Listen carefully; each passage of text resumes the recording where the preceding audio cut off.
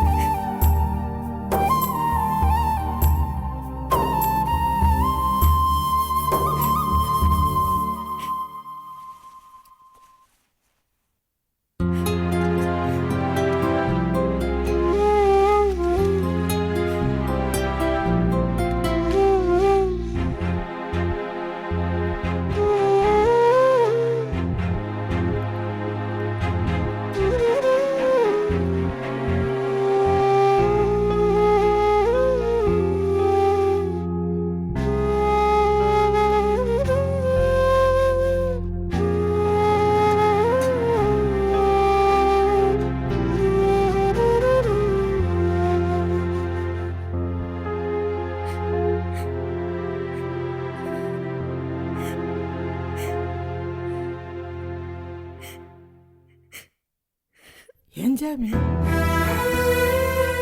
என்ன பண்ற உள்ள? பள்ளிக்கூடம் போலியா? கிளம்பிட்டு இருக்கேன் அப்பத்தா. எங்கன்னு பறிச்சு வர இருக்குதுன்னு சொன்ன மத்தியானம் சத்தமும் சோறு திங்கிற வரைக்கும் பசி தாங்குவியா? இன்னைக்கு சாயங்காலம் வரைக்கும் போறதுக்கு சாமி என்ற தலையை அடமானம் வச்சாவது உனக்கு சோறாக்கி போடுறேன். ஏன் அப்பத்தா என்னை பத்தி இவ்வளோ வசனப்படுற? எனக்கு மட்டும் தான் வயிறு இருக்கா, உனக்கு இல்ல? நீ மட்டும் இந்த வயசுல எப்படி பசி தாங்குவ? இப்படி பசியோட கடந்து உனக்கு ஒண்ணு கணக்கு ஒண்ணு ஆகி போச்சுன்னா நான் எங்க போவேன்?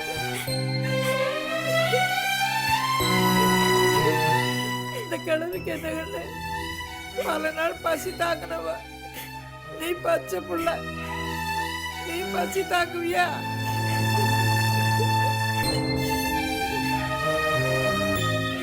சரி சரி, பத்திரமா பார்த்து போயிட்டு வா. சாயந்தரம் கட்டுச்சுன்னா சோறாக்கி போட்டுரு சாமி.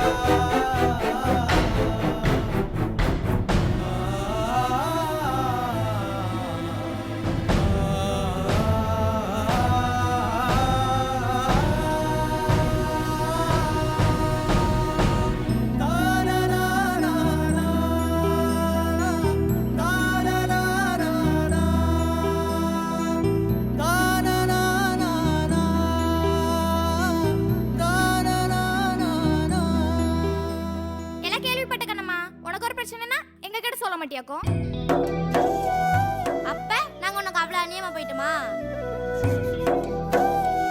உனக்கு ஒண்ணுன்னா நாங்க இருக்கிறோம் கண்ணம்மா, அதை நீ அடிக்கடி மறந்து தொலைச்சிடுற.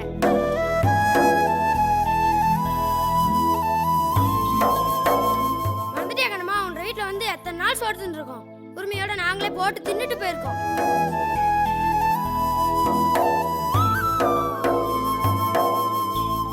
கூட சேர்ந்து சுத்துறது மட்டும்தான் ஃப்ரெண்டுன்னு நினைச்சிட்டியா கண்ணம்மா? உனக்கு ஒண்ணுன்னா துணைக்கு வர்றது தான் ஃப்ரெண்டு. நாங்க அந்த மாதிரி தான். முதல்ல அதை தெரிஞ்சுக்க கண்ணம்மா.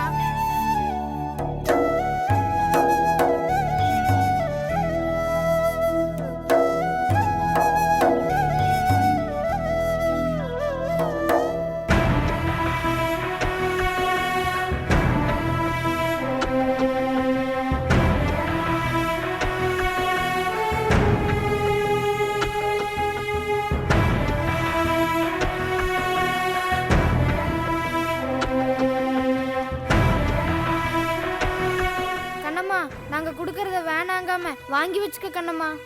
அப்பத்தாவும் நீயும் வயிறார சாப்பிட்டு போட்டு தான் ஊட்ட விட்டு போகணும். இந்தா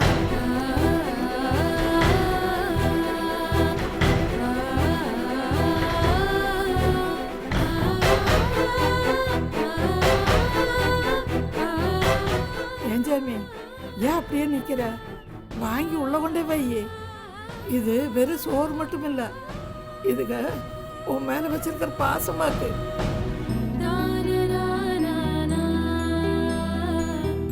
இன்னைக்கு ஒரு நாளைக்கு மட்டும்தான் நான் வாங்கிப்பேன்.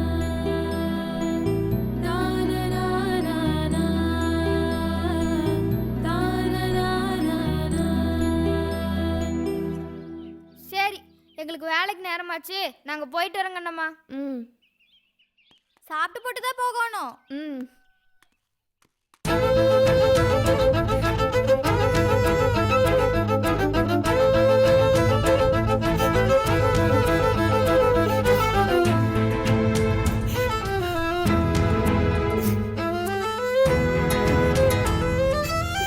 சாமி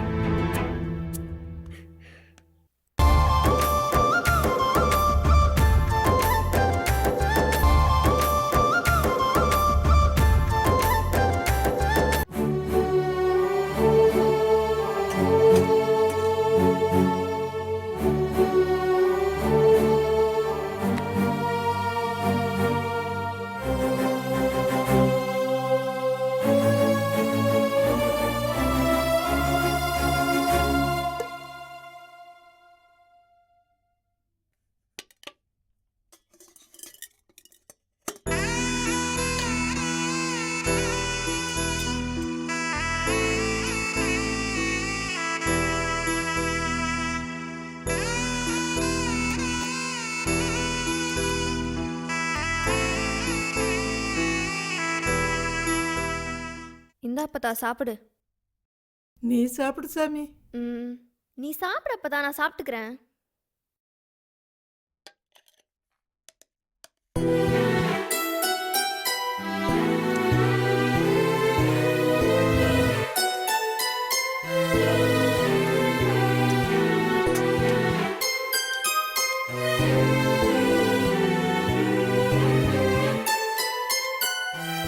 இந்த ஊர்ல பெரிய மனுஷங்கள சின்னத்தனமா நடந்துட்டாங்க.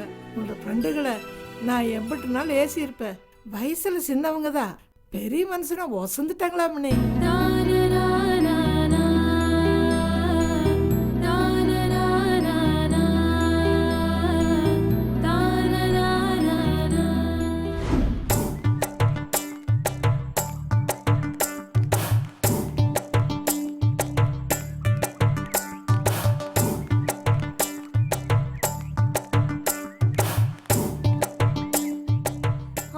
மாட்டை கடிச்சு கடைசியில மனுஷனை கடிச்ச கதையா? அங்க எங்க போய் கடைசியில என்ற அடிமடியிலே கை வச்சுட்டா. எனக்கு வர கோவத்துக்கு அந்த கண்ணம்மா தலைய பிடிச்சு அப்படியே ஆட்டி எட்டி ஒதைக்கணும் போல இருக்கு. நம்ம ஆறுன்னு அவளுக்கு நிரூபிக்கணும்.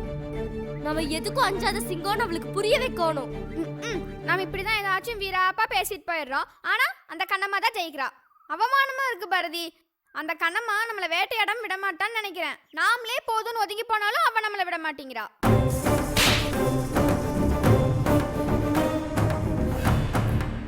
இப்படியே பேசிட்டு இருங்க, நான் தனியா போயிட்டு வரேன். நாங்களும் வந்து எங்கடா போற? நில்லுங்க, என்ன யாரும் ஏமாத்த முடியாது. கண்டுபிடிச்சாலோ? எனக்கு தெரிஞ்சு போச்சு. அழுகிறதுக்கு தானே ஒட்டுக்கா போறீங்க. என்ற ஃப்ரெண்டா இருந்துகிட்டு இப்படி அழுகிறதுக்கு வெக்கமா இல்ல? உனக்கு ஃப்ரெண்டா இருக்கிறோம்னு நினைச்சுதான் அழுகவே போறோம். கண்ணம்மானால புது பிரச்சனை வந்திருக்கு. இதை எப்படி சமாளிக்கணும்னு யோசிக்கணும். அதை விட்டு போட்டு மறைஞ்சதுனால தான் சரியா போச்சா? பாரதி, தெரிஞ்சுதான் பேசுறியா? இப்ப வந்திருக்கிறது தீக்கிற பிரச்சனை இல்ல, நம்மள தீர்த்து கட்டுற பிரச்சனை.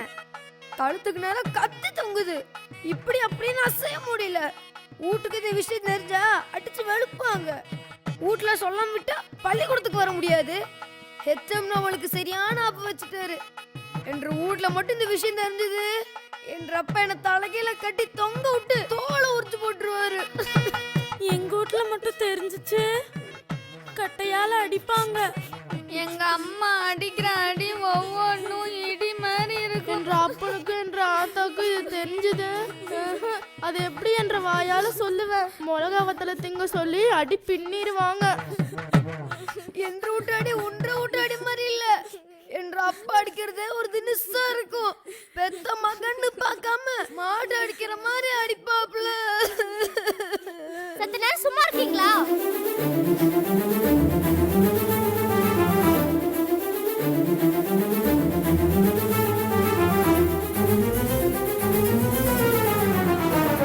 ஒரு அருமையான யோசனை.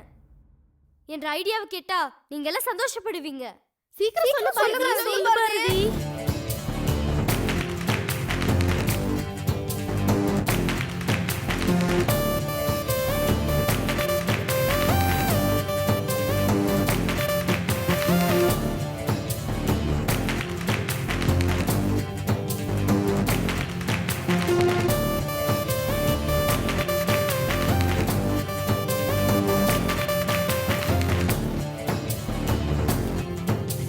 இந்த ஐடியா மட்டும் கரெக்டா நடந்துச்சு, அப்புறம் இந்த ஹெச்எம் நம்மள பார்த்தாவே பயந்து ஓடுவாப்ல.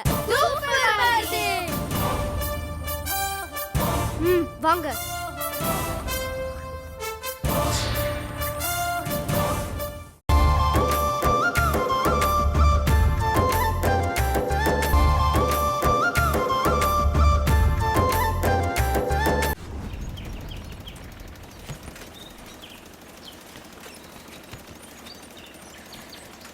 ஐயா ஐயா அல்றதுக்கு அவங்க இருக்கிறாங்க. நீங்க எதுக்குங்க சட்ட வெட்டியில அழுக்காக்கிறீங்க? என்ன வேலை நீ?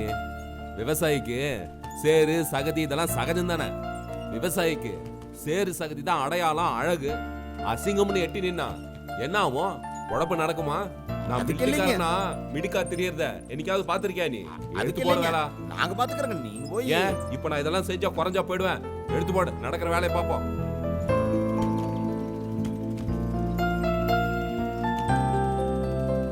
ஐயா ஐயா ஆ? கண்ணமா வருதுங்க. அட கண்ணம்மா, வா கண்ணம்மா.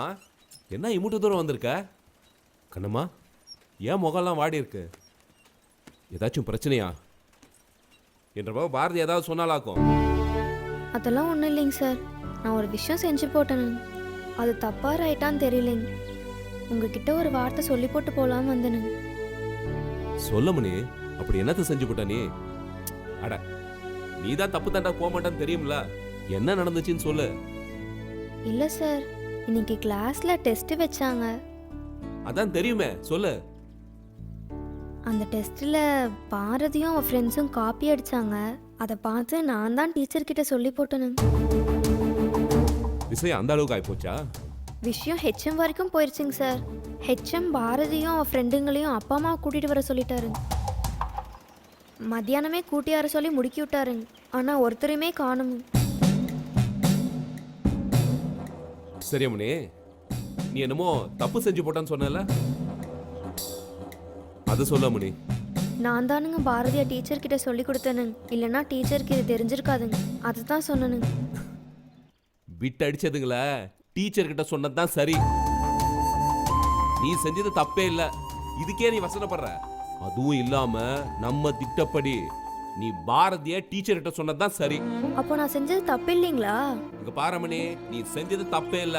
இன்னைக்கு கண்டுக்காம போகாம டீச்சர்கிட்ட போய் சொன்ன பாத்தியா? இதுதான் சரி.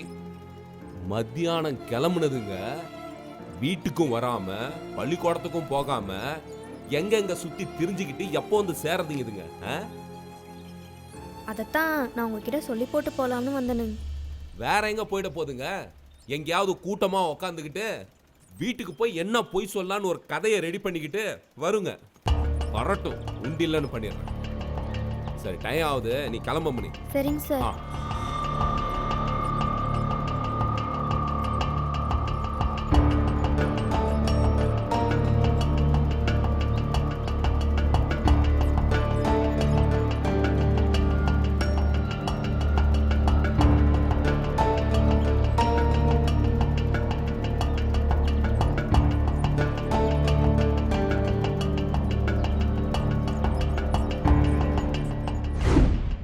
என்ற மவ எனக்கு ரொம்ப நல்ல பேர் வாங்கி கொடுத்துருக்கா.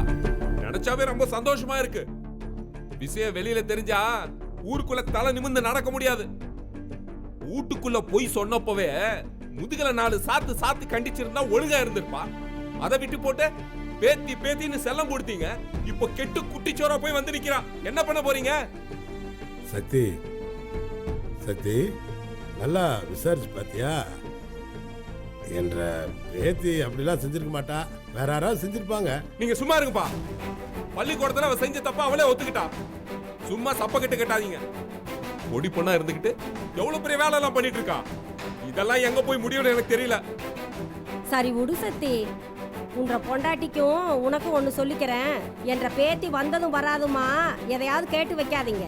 இந்த ஒரு விசுக்கா கண்டுங்கானாம விட்டுருக்கண்ணு. நீங்களும் அப்பாவும் இப்படி வக்காலத்து வாங்க போய் தான் தலையில கொம்பு முளைச்சு சொன்ன பேச்சு கேட்காம இப்படி திரிஞ்சிட்டு இருக்காவ. நல்லா சொல்லுங்க. நானும் மாமா கிட்டயும் அத்தை கிட்டயும் சொல்லி சொல்லி சடைஞ்சு போயிட்டேன். என் பேச்ச யாரு காதுல போடுறா? பேத்தி பேத்தின்னு கொஞ்சம் வேண்டியது, அவ ஆரையும் மதிக்காம லோலையும் பண்ணிட்டு திரிய வேண்டியது. இதே பொழப்பா போச்சு. நீங்க இருக்க போய் இதையாச்சும் கேக்குறீங்க. நீங்களும் மிலிட்டரிக்கு போயிட்டா என்ற பேச்ச ஆறு கேக்குறது? இத்துணூண்டு இருந்துட்டு அது வைக்கிறதே இந்த வீட்டுல சட்டமா இருக்குது. ஏண்டி கற்பகம், கிடக்கிறது கிடக்கட்டும், கிழவனை தூக்கி மடியில வையின்னு சொல்ற மாதிரி உன் புருஷங்கிட்ட என் பேத்திய பத்தி இல்லாதும் பொல்லாதையும் சொல்லிக்கிட்டு இருக்கிற. ரொம்ப இழுத்துக்கிட்டு இருக்கிற. ஏ கிளவி சும்மா கட. மாமா நான் சொல்றது கேளுங்க. அத்தை சொல்றது நிஜம். அத்தை நல்லவங்க, இந்த பாட்டியும் நல்லவங்க. மத்தவங்க யாரும் இவ்வளத்துக்கு நல்லவங்க இல்ல. வெத்தலை பாட்டி மோசமான ஆளு. புடிச்சு திட்டுங்க மாமா. ஏய், நான் பெத்த மவனே, உன்ற பேரன் சொன்னதை பாத்தியா? உன்ற பொண்டாட்டியும் மருமகளும் நல்லவங்களாம், நீயும் நானும் கெட்டவங்களாம். ஏய், உன்னை வாடா, அப்புறமா பாத்துக்கிறேன். உன்னை நசுக்கு நசுக்கிறேன். இல்லடா.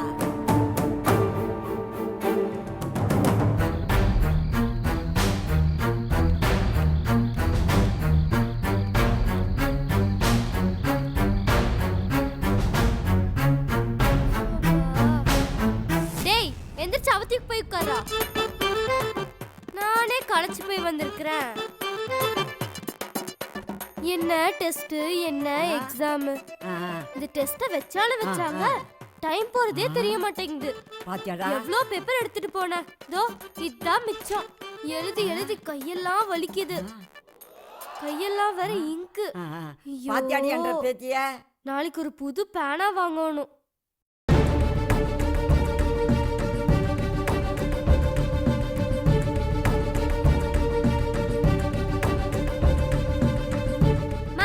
மசமச நிக்காம போய் காப்பி தண்ணி எடுத்துட்டு வா.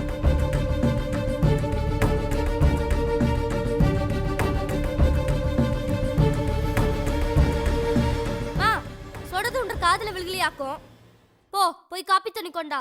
எப்ப பார்த்தாலும் ஆராய்ச்சி வாய் பார்த்துக்கிட்டே இருக்கிறது. ஒரு வேலை உருப்படியா செய்யறது இல்ல. எல்லாம் என்ற அப்பா கொடுக்குற இடம்.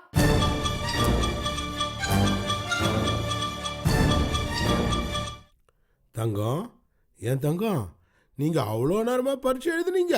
அதை ஏன் தத்தா கேக்குறீங்க? காலங்காத்தால 9:30க்கு ஆரம்பிச்சது. மத்த பசங்கள்லாம் மடமடன்னு முடிச்சு போட்டு 4 மணிக்கெல்லாம் கிளம்பிட்டாங்க. நான் பொட்டாட்ட உட்கார்ந்து டெஸ்ட் எழுதி போட்டு திரும்பி பாக்குறேன். சாக்காயிட்டியா? திரும்பி பாக்குறேன் மணி 6:45. அப்புறம் அவசர அவசரமா பேப்பர் கட்டி ஹெச்எம் கிட்ட கொடுத்து போட்டு வாரேன். அந்த பேப்பரை ஹெச்எம் பார்த்து போட்டு என்னை எப்படி பாராட்டினாரு தெரியுமா? என்ற பேத்தில என்ற பேத்தி இல்ல எச்சம் பாராட்ட மாதிரி பாராட்ட. ஏமணி தங்கம் அவ்வளோ நேரமாவா எழுதுறது? கை காமி. ஐயோ உன்ற கையில இருக்கிற இங்க பார்த்தாலே தெரியுது நீ எவ்வளோ எழுதிருப்பான்னு. கையெல்லாம் வலிக்கு முல்ல கண்ணு. தாத்தாவனா ராத்திரி உனக்கு கையெல்லாம் பிடிச்சி விடுறேன். தங்கம் இதை பார், நீ இனிமே இவ்வளோ கஷ்டப்பட்டு இவ்வளோ நேரத்துக்கு பரீட்சைலாம் எழுத வேணாம். அளவா படிச்சு அளவா எழுதினா போதும். உன்ற உடம்புதான் மணி எங்களுக்கு முக்கியம். நீ கஷ்டப்பட்டா உன்ற தாத்தாவுக்கு மனசு வாசனைப்படும்ல. ஐயோ தாத்தா, இந்த உலகத்துல செய்யணும்னா கஷ்டப்படணும். என்ன சொல்ற? அது எனக்கு மட்டும் இல்ல, உங்களுக்கும் தான். நீங்களும் கஷ்டப்பட்டு தான் முன்னேறணும்.